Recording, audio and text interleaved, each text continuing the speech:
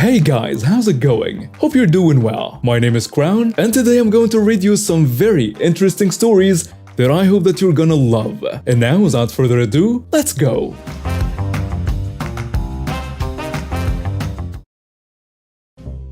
It was a windy day at the city-run tennis facility where I worked as a cashier and tennis instructor. The guests were relentless, blowing at speeds ranging from 50 to 60 miles per hour. The phone had been ringing off the hook as player after player cancelled their reservations, deciding that tennis in such conditions wasn't worth the hassle. I couldn't blame them. Even the most dedicated tennis enthusiasts would find it challenging to play in this weather.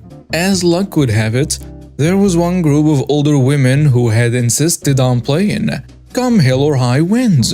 They were regulars at our facility, and I had learned over time that they had a knack for finding something to complain about every time they stepped onto our courts. Whether it was the stained tiles in the restrooms, the speed of our Wi-Fi, or the noisy kids at the daycare next door, they never missed an opportunity to demand that we fix something we had no direct control over. Yesterday, though, they found a new target for their complaints: the needles that had been blown onto the tennis courts from a nearby pine tree. As the guests relentlessly carried these needles onto the courts, the women stormed up to the front desk. "Excuse me," one of them huffed, "is covered in needles. We can't possibly play under these conditions." I nodded sympathetically, though inside, I couldn't help but roll my eyes. I say, "I understand your concerns, ladies. I'll take care of it right away. Give me a few minutes to grab a broom." I fetched a bush broom from the supply closet and returned to the court, where the women were still grumbling amongst themselves. I gave them the typical safety talk about playing in adverse conditions and assured them that I'd do my best to clear the court of the pesky needles. Sweeping the court took about 10 minutes, and I thought I had done a decent job. However, the relentless wind gusts had other plans. By the time I had finished, a thin layer of needles had already blown back onto the court. The women noticed this, and their dissatisfaction resurfaced. "You call this clean?" one of them exclaimed, pointing to the scattered needles. "We don't feel safe playing on a court like this." I sighed inwardly but put a pleasant smile. "I apologize for that, ma'am. The wind is making it challenging to keep the court completely clean. But I'll sweep it again for you, and this time I'll be extra thorough." With that, I began sweeping the court once more, making sure to pay extra attention to the areas where the needles seemed to accumulate the most. However, it was like a never-ending battle. The wind showed no mercy, blowing more needles onto the court just as I had cleared them away. After another 10 minutes of sweeping, the women approached me once more, their patience wearing thin. "This is ridiculous. You're clearly incapable of doing your job properly. Just let us play." I couldn't help but smile sweetly and say, "I understand your concern, but you did say you didn't feel safe playing with these court conditions. I can't, in good conscience, allow you to return to play until I've cleared your court completely." The women exchanged frustrated looks, realizing that their request had backfired. They retreated to a bench and muttered to themselves while I continued to sweep diligently. Every time the wind deposited more needles on the court, I made a big show of sweeping them up. Minutes turned into what felt like hours, and the women grew visibly more agitated. They whispered amongst themselves, likely realizing that their request had led to an unintended standstill. Finally, one of them, the apparent leader of the group, approached me with a sigh of resignation. "Fine. The court is good enough now. You'll play."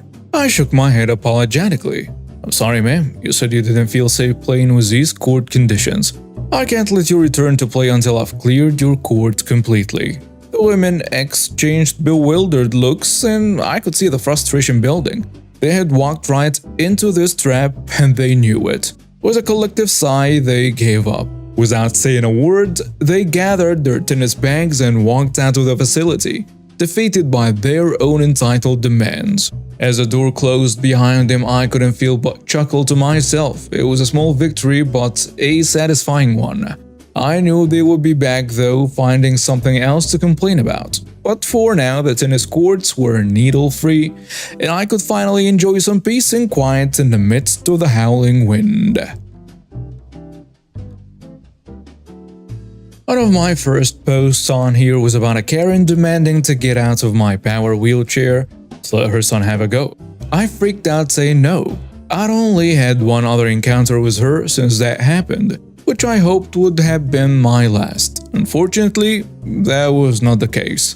Megatron the Karen strikes again. I'm a quadriplegic, and although I have use of my upper body, I still rely on my power wheelchair to get around town. I recently received a new power wheelchair and I'm still getting used to using it. Although it looks slightly different than my old one, it still attracts Karen. This happened a few days ago when I was downtown doing some shopping. As I was leaving the mall, I saw Karen and her 12-year-old son walking in. I wanted to turn and go the other way, but she'd already seen me. In hindsight, I should have stayed in the mall and waited for her to lose sight of me, but at that moment, I just wanted to get as far away from her as possible. So, I exited the mall, hoping that Karen wouldn't follow me. But I wouldn't be telling this story if that were the end of it. There is a discount clothing shop just outside the mall which I plan to go to, so that's where I went. I was in there for a few minutes when I got the feeling that someone was watching me. I turned to see Karen and her son near the entrance, glaring at me. When I looked at her, she immediately looked away, pretending that she was shopping. I headed to the plus-size section, hoping that she'd lose sight of me, but in retrospect, that was a bad idea. I called her Megatron Karen for a reason. When I got to the plus-size section, I naively thought I was safe. But oh no, the raiders. It had only just begun. I started looking through the selection on the racks when, not long after, I got that same feeling that I was being watched. I looked around and saw Karen at the end of the aisle. She was looking at me, but when she saw me looking at her, she looked away. Then came a strange game of cat and mouse. I went to another aisle and she followed me. I went back the other way and she followed me. To avoid causing a scene, I left the store hoping to outrun her. Unfortunately, I was not that lucky. As I left the store and was going down the block, I got that same feeling as before. So, I turned around. And wouldn't you know it, there she was. "What the hell is wrong with you, lady? Why are you following me?" I asked. "Excuse me, I'm not following you," she replied. "Okay then." And I started going in the opposite direction to call her bluff. And guess what? That lunatic followed me. I could hear her coming up close behind me, so I stopped short, causing her to run straight into the back of my wheelchair. The sounds that followed were very satisfying as she hit her knee hard into the bar at the back of my chair, and her belly directly into a hook near the top where a headset can be placed. She almost fell in an attempt to correct her balance. "What's wrong with you? You could have killed me!" I exclaimed. "That wouldn't have happened if you weren't following me. Now what do you want?" After muttering incoherent slurs and expressing anger and pain from getting hit by the back of my chair, she said, "You insolent little… Get out of that wheelchair now before I call the cops on you for assault." "Really, lady? How about you take a look above your head?" Did to the CCTV camera directly outside the store that I stopped in front of. That will show you following me, as well as the one inside this store we were in before and the mall you followed me out of. I dare you. Please, Karen, call the police. I dare you. Karen suddenly fell silent. Better yet, how about I call the police to press charges on you for harassment throughout this entire encounter? Her son was trailing behind her, his tail between his legs, with a look of embarrassment and shame on his face for what his mother was doing.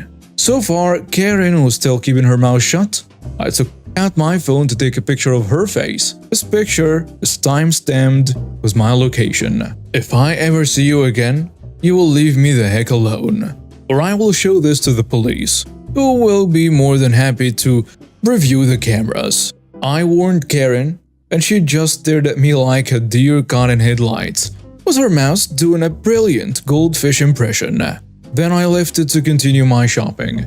Thankfully, I haven't seen her since then, but I hope she took my threat seriously. I didn't want to take things further because that will probably get DOX involved, Australia's version of CPS. But if anything else happens, I will be sure to post it. Today I'm coming to you with a story that's been gnawing at me for a while, and I need to know if I'm in the wrong here. So here goes nothing. I'm a 26-year-old woman happily married to my 24-year-old husband. We decided to attend the basket raffle at our local library over the weekend. It's an annual event where local businesses and organizations donate baskets to raise funds for the library. The crew included my sister, 33, her two sons, Bracken, 13 male, and Neville, 11 male, Braxton's girlfriend, 13 male, and my sister's husband, 33 male. Now, Bracken is a sports fanatic, and he's always had a blast trying his luck at this raffle. It was all about those sports-related baskets, and he's had some success with them in the past. My husband and I were casually browsing the baskets when Bracken and his girlfriend joined us. We continued to explore the goodies on display. We stumbled upon a section with science-themed baskets. This was Neville's jam. The problem though was that they had a few baskets explicitly marketed as for girls in science/STEM. Neville took one look and started making some pretty awful comments, saying girls were too dumb for science and that's why they needed special baskets. He even went on to say, "This is why robotics club is all boys." My husband and I tried to brush it off, but we couldn't help but notice the disapproving glances from all those around us. Bracken even told Neville to shut his mouth. The raffle came and went, and it turned out that Bracken was a big winner, while the rest of us left empty-handed. On the way home, my husband and I were puzzled over where Neville had picked up that language, but we couldn't come up with an answer. Fast forward to last night and I received a call from my stressed-out sister. She launched into a tearful tale about how Neville's first months of middle school had been a nightmare. She told me he was being bullied and targeted, but when I asked for specifics, she just couldn't get the words out. So I asked her to pass the phone to someone else. Enter Bracken. Bracken spilled the beans, revealing that my sister wasn't exactly being truthful. He admitted to sharing the whole raffle incident with his friends, who then spread the story among the 6th graders. Neville's classmates were now calling him creepy and weird. Even his friends were getting a taste of the backlash for defending his comments. My sister wrestled the phone away from Bracken as she cried. Once she regained her composure, she asked me what to do. My response? That's where things got hairy. I told her, in no uncertain terms, that this situation was on her, and I mean, she hadn't corrected Neville's behavior, and that was the root of the problem. She seemed hesitant to take any action, saying she couldn't just take away his phone or forbid him from seeing his friends. She insisted that she needed to teach Bracken and his friends not to gossip. I couldn't believe what I was hearing. I told her she was being utterly ridiculous and hung up. She tried calling me back, but I refused to pick up, and that's when the angry texts started pouring in. So Reddit, am I the jerk here? And now some comments on the post. Everybody's a jerk, except Bracken. We have an 11-year-old falling into the misogynistic sexist rabbit hole. Poor parenting. No one, including you, your husband and his mom, did say anything. Instead, all of you ignored his comment. I applaud Bracken for at least telling him to shut up. Bracken, not gonna lie, is the only one who made sure Neville knew what he said was wrong. Even if it caused bullying, I bet Neville knows what he said was wrong now because of Bracken. I just see it as a bully learning his lesson. You're not wrong, though your sister should have put some sense in her kid's head. But at the same time, you ignored what Neville said. Sure, she's a parent, but he needs to know everyone disapproves of his situation, which includes you. Another commenter says, "No, not the jerk. What your sister is doing is pushing the responsibility of Neville's words onto other people, like Bracken, instead of keeping Neville accountable for them. This is step 1 of enabling his behavior. Each time he's allowed to get away with it, he will feel emboldened to do it again and get worse each time. Ask me how I know. Actually, please don't ask. The person I know is almost 70, so it's a never-ending long story." A third commenter goes with, "Everybody's a jerk. You should have called out his comments immediately. Why would you just blow them off? You just allowed your nephew to act like a little jerk as to by doing nothing. And your sister is a jerk for blaming her other son for this reaction. The only good person in this story is Bracken. Do better. Last summer, I found myself in a situation I will never forget. It was a scorching hot day in Australia with temperatures soaring to a blistering 40 degrees Celsius, 104 Fahrenheit. I had just arrived at the local shopping center ready to do some grocery shopping when something caught my eye that would turn an ordinary day into an extraordinary one.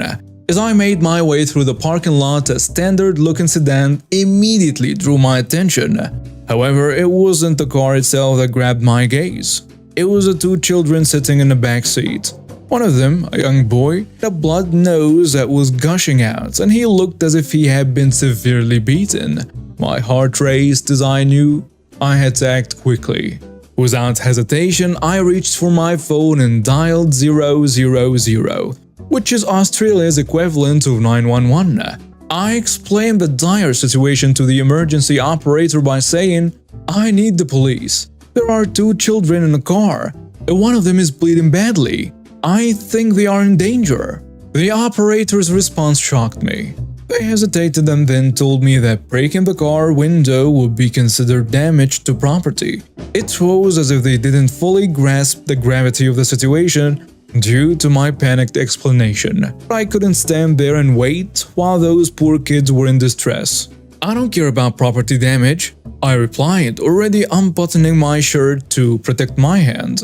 "I am breaking the window. The longer I wait, the greater the risk to these children's lives." Finally, it seemed like the operator understood the urgency, informed me that the ambulance had been dispatched and that the police were on their way. I hung up and turned my attention back to the car. The children looked terrified, and the one with a bleeding nose appeared to be in tremendous pain. "Kids," I called out to them, "try to close your eyes and shield yourselves in any way you can. Help is on the way." I then took a deep breath and without any further hesitation, smashed the car window with my fist. My actions had attracted a small crowd of concerned onlookers, but I paid them little attention. I opened the car doors and a kind-hearted couple rushed to my side to help me get the distressed children out of the sweltering car and into the cool air conditioning of the shopping center. Within what felt like an eternity but was probably just a few minutes, the police arrived. Shortly after, a woman, who I later learned was the mother of the children, rushed to the window. She discovered her two severely dehydrated and unconscious children in the arms of the Good Samaritans. Furious and seemingly oblivious to her own negligence, she began to swear loudly and demand to know who had harmed her precious babies. My patience, worn thin by the events unfolding before me, couldn't hold back. "You did, you dumb," I started to say but caught myself. I decided to take the high road, realizing that arguing with her would only escalate the situation. I put my shirt back on and stepped away, allowing the police to take control of the situation. The police officer, who happened to be a father of two girls himself, wasn't about to let the entitled mother off the hook. He sternly informed her that it was her negligence that had put her children's lives in grave danger. He tore into her with a verbal reprimand that would ensure she never forgot this incident. I stood there quietly watching as justice was served, and the children were taken to receive medical attention. The relief in the air was palpable, while I had been half-heartedly warned not to break windows again. It was clear that the police unofficially appreciated my quick actions to save those children's lives. In the days that followed, I couldn't help but reflect on the incident. It was a stark reminder of the dangers of leaving children in hot vehicles. No matter how busy life gets, it's crucial to prioritize the safety and well-being of our little ones. I hope that this harrowing experience would serve as a lesson not just to the entitled mother, but to all the parents and caregivers. So to anyone reading this, I implore you, stop leaving your children in hot vehicles. The consequences can be catastrophic, and it's our responsibility as adults to protect the most vulnerable members of our society. This story happened around 6 years ago when I worked for a retail company I will call No OP. Jay was well known to be a thief by the base staff and some of the lower levels of management. Unfortunately, she was a golden girl to Mo and Travis, and we never had any solid proof. We also didn't get paid, docked, and so on, unless it was over a certain amount, which it never was, so staff never had a real incentive to try and found proof. One of Jay's favorite things to steal were vouchers for money off products or shopping because you were just supposed to rip them off and put them in a safe. There was no official way of counting these to return them to the company, so she could use them again in a different store and get away with it. This particular day was Halloween and I was on till 4, the only till with no cameras on it. Mo came up and paid for her shopping with some gift vouchers she had received at a store manager's meeting because the store was doing very well. I served her and no one else touched my till all day because I was the main person on the tills for this shift. We closed up for the night and Jay took the register to be cashed up. I went up to the pub with friends and had a good night, not knowing what was coming. The next shift I'm on, Mo calls me into the office and tells me that the vouchers she used were not in a safe, and she knew that it was my till. She wanted me to return the vouchers and would not press charges or put anything on my file if I just returned them immediately. Of course, I did not have them and testified as such, but she didn't believe me. I went looking everywhere. The bin under till 4 and the bins outside, under the tills and on the floors around the tills, just in case I had dropped them or put them somewhere dumb while trying to sort out cash or so on. Roughly an hour later, Jay comes in, hears what's going on, and offers to look as well. She finds them in 30 seconds flat, somewhere I had already looked at. I essentially hissed at what a coincidence that as soon as Jay looks there, she finds it immediately. How coincidental, seizing with white fury as I knew now that she was now framing me for her own theft. She could have found them in the office and made it a simple mistake, but no. She made me the fall guy for her own idiocy. I tried to plead my case to Mo and Travis, stating that I wouldn't be dumb enough to steal vouchers that I knew were Mo's because I was the one who served her. One of the other team leaders, Paul, knew fine and well it was Jay and tried to tell Mo and Travis that I was being set up. But she was a golden girl and could do no wrong while my name was mud as far as they were concerned. Hell, they thought Jay had caught me in the act. This meant war. Over the next few months, I got really friendly with Jay, flirting outrageously with her and basically pretending like I really respected her and that we were good buddies. It took me a while to work my way into her trust, but once I was there, I knew I could catch her stealing and prove it. We wasted off a load of Christmas chocolate products that hadn't sold, and I put them in a bag to be put in a bin. Jay said we should take them home against company policy and seen as stealing, because they were just going to waste otherwise. We were standing underneath a camera just outside of its range, so I said, I don't want any, but if you want them you can have them, and put them on a trolley just inside the camera's range. I had studied the camera angles in great detail, preparing for a moment exactly like this. I saw her look at the camera, down at the trolley, and back to the camera before walking off to get her stuff. I warned my colleagues not to take any of the chocolate, even if offered, and I had an evil grin on my face, which my colleagues commented on. When Jay came down, she nonchalantly picked up the bag as if it were her shopping, offered chocolate to everyone, and walked out the door with it. Gotcha witch. The next morning I arrived for my shift and put on the most somber face possible as I approached Travis. You should check the cameras on the back door at approximately 10:21 p.m. I think you'll find what you see very interesting. He asked me to explain further and I looked over towards where Jay was, not even 5 meters away, and I looked back. I can go into further detail right now, but I would strongly suggest you go and look at the cameras for that time now. Travis begrudgingly walked off to do just that, and within 10 minutes, Jay was called into the office and her bag was searched. Within the hour, she was suspended pending an investigation. Within a week, she was fired and barred from the store. I got a full apology from the managers who didn't believe me, who explained they genuinely believed it was me and had no idea Jay could have possibly been a thief.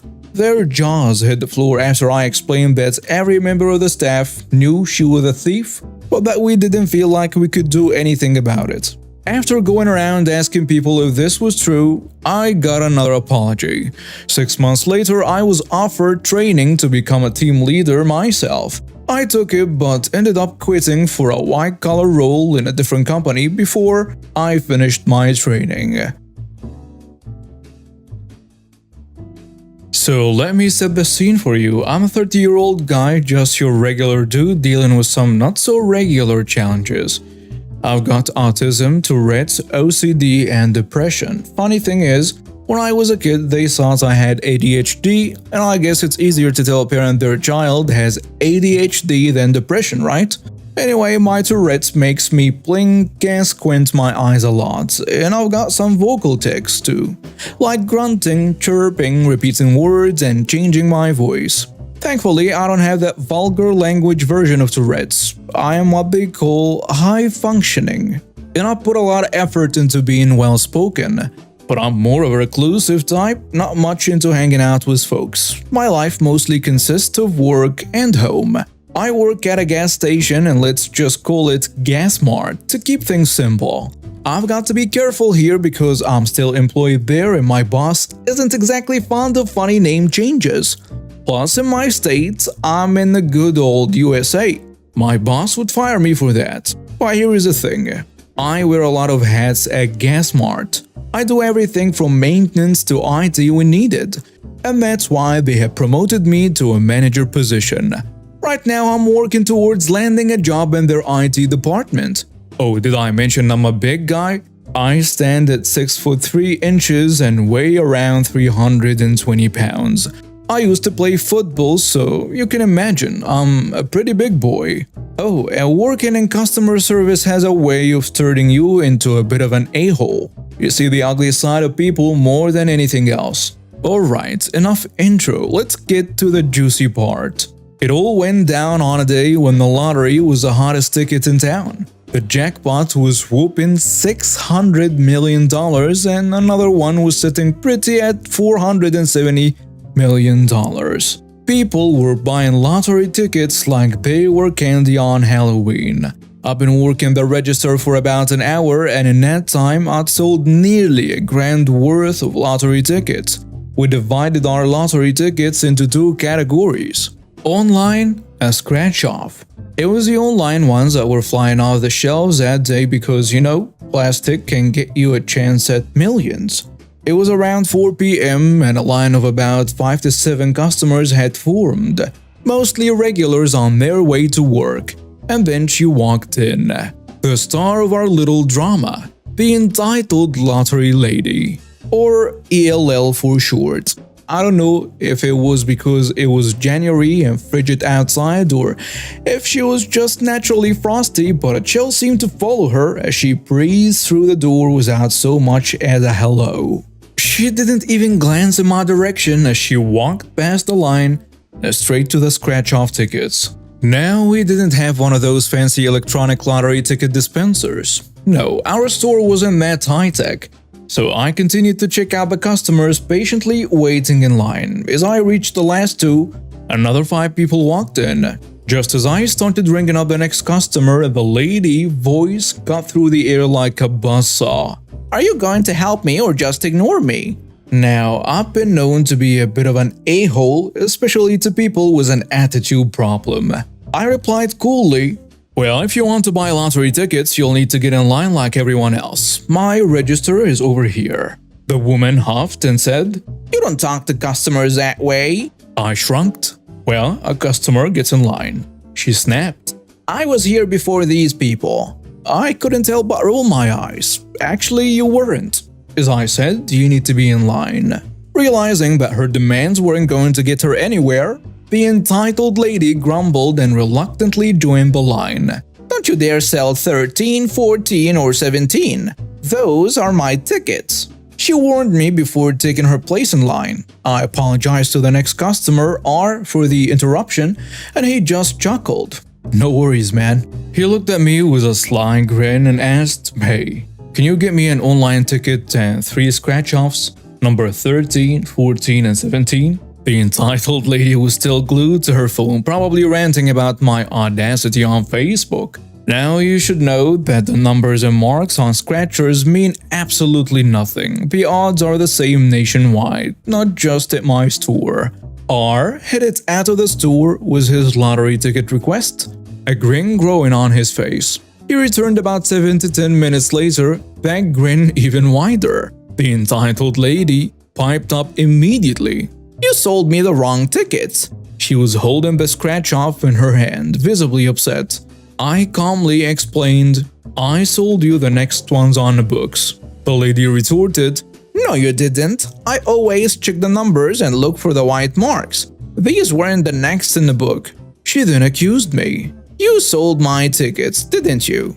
I sighed. It's first come, first served here, no reservations.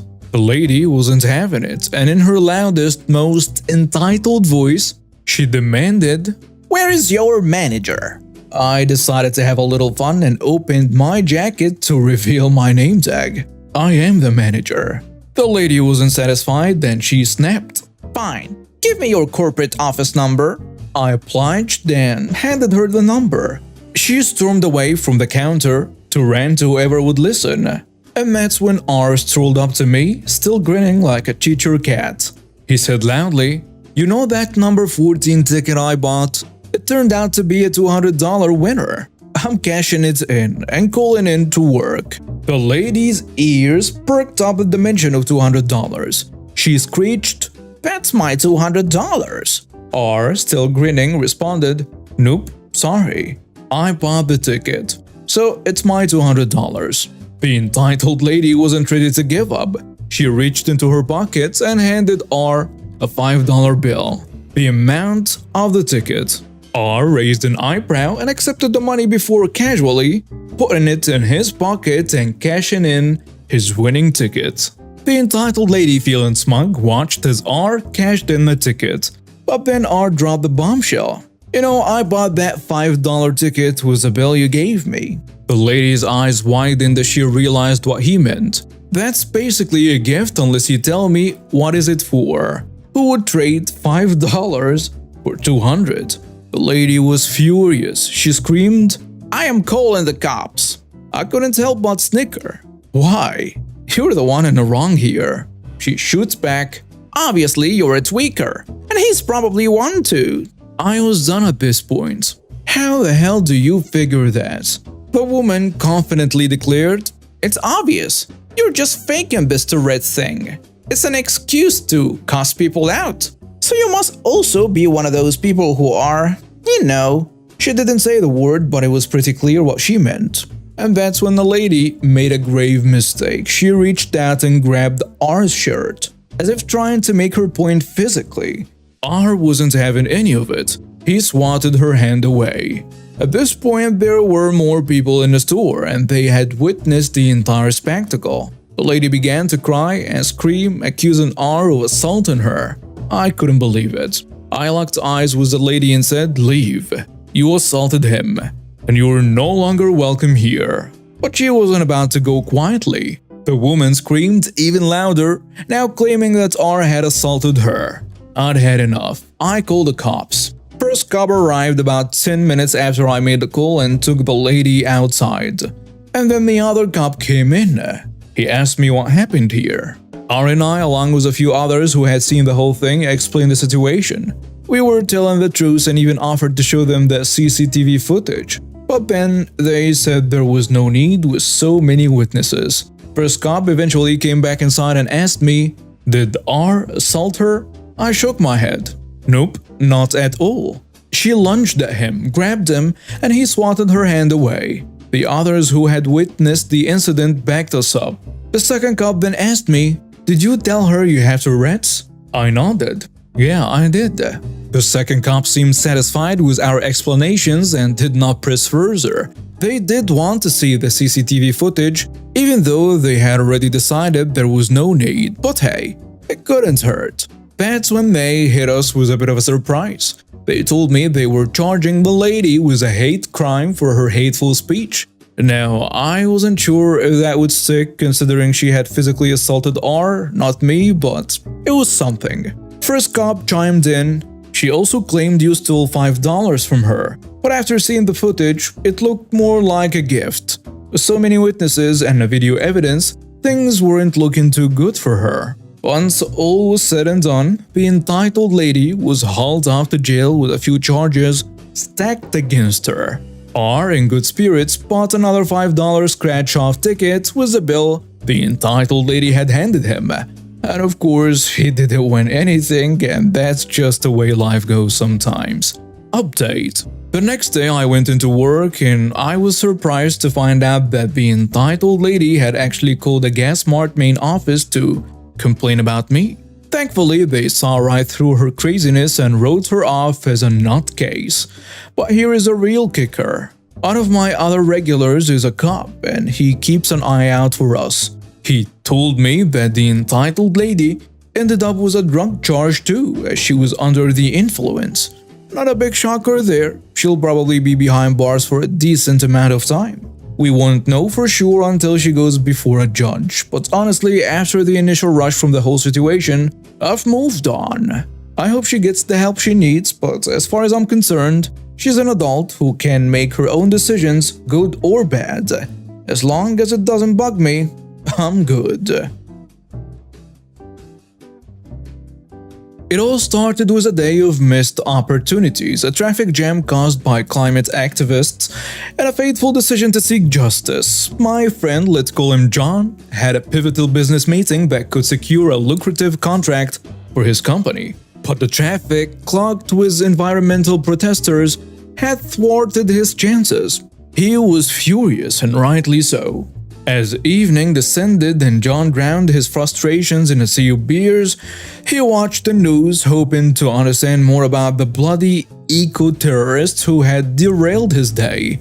And there, amidst the protesters, he saw a face he recognized. It was none other than a neighbor from just 2 streets away. Revenge simmered in John's mind, but his wife wisely talked him out of a rash confrontation. Still, he couldn't let the injustice slide, so he hatched a plan, one that would teach Mr. Entitled, as they would later come to call him, a lesson he wouldn't soon forget. The following day, John printed pictures of Mr. Entitled participating in the rope-blocking activities. Armed with evidence, he canvassed the neighborhood and confirmed his neighbor's identity. Mr. Entitled was known for his insufferable behavior, often laying claim to public parking spaces as his own private domain. John's neighbors were equally incensed by Mr. Entitled's actions. They agreed that blocking traffic was the height of entitlement. A conversation with the neighbor next door even led to a brilliant idea. What if they turned the tables and blocked Mr. Entitled for a change? Their plan took shape swiftly. A neighbor had a cousin who worked for a construction company, and they pooled their money to rent an industrial dumpster for 48 hours. The cousin's boss, also affected by the protests, offered a reasonable deal, charging only the actual costs plus a small fee for tax purposes. Free priority delivery was thrown in for good measure. The massive deep loader arrived in the neighborhood and with a cooperation of other neighbors, cars were moved to clear the way. The dumpster was positioned strategically right in front of Mr. Entitled's house, obstructing his front door and most of the sidewalk. The group then set up a small, impromptu party across the street. Folding chairs appeared and a table was set, and beverages flowed. They laughed and celebrated, anticipating what would happen next. Later that afternoon, Mr. Entitled returned home, a massive backpack slung over his shoulder. His face turned an alarming shade of crimson when he saw the container blocking his path. "What the hell is this?" he shouted, marching over to the group. "You can't block me. That's illegal." Amidst the laughter, John explained that there had been a mistake with the container size, but it was nothing to worry about. He could still access his house. Mr. Entitled protested, claiming the situation was entirely different from the traffic blockage. In response, John and the neighbors produced the incriminating photos of Mr. Entitled blocking traffic. "See, we're just teaching you a lesson," John said, flashing a sly grin. Frustrated and fuming, Mr. Entitled dialed the police. However, his frequent complaints about trivial matters such as legally parked cars on a public street had left the authorities less than eager to assist him. No police arrived despite his numerous calls. In his exasperation, Mr. Entitled attempted to enter his house but got his backpack wedged between the house and the container, causing an uproar of cheers and laughter from the group. Eventually, he managed to free himself by removing his backpack and squeezing through the narrow gap. The following day, a curious turn of events occurred. John's neighbor, who lived next to Mr. Entitled, received a visit from two police officers inquiring about the container. He explained the fictitious story of the wrong-sized container and assured the officers it would be resolved soon. He also mentioned that the neighbor across the street had arranged the rental. The officers examining the rental receipt suddenly recognized Mr. Entitled in the accompanying photograph. Amused, one of them remarked, "Wait a second, isn't that your neighbor?" The neighbor confirmed it. The officer chuckled before adopting a more serious tone. "Can you guarantee that this thing will be gone by tomorrow?" he asked sternly. Assured that the container would disappear, the officers departed, promising not to return. Mr. Entitled continued calling the police throughout the day but received only vague assurances that his complaints were being processed. Even the mailman, upon reaching his house, glanced at the door and then walked away. The construction company sent a deep loader to remove the container the next day, although one neighbor stalled the process for a brief period. Mr. Entitled could do little but watch in impotent rage. The police officers returned, issuing a warning to both neighbors not to repeat their blockade stunt. With the container gone, the situation was resolved, but the community had learned a valuable lesson.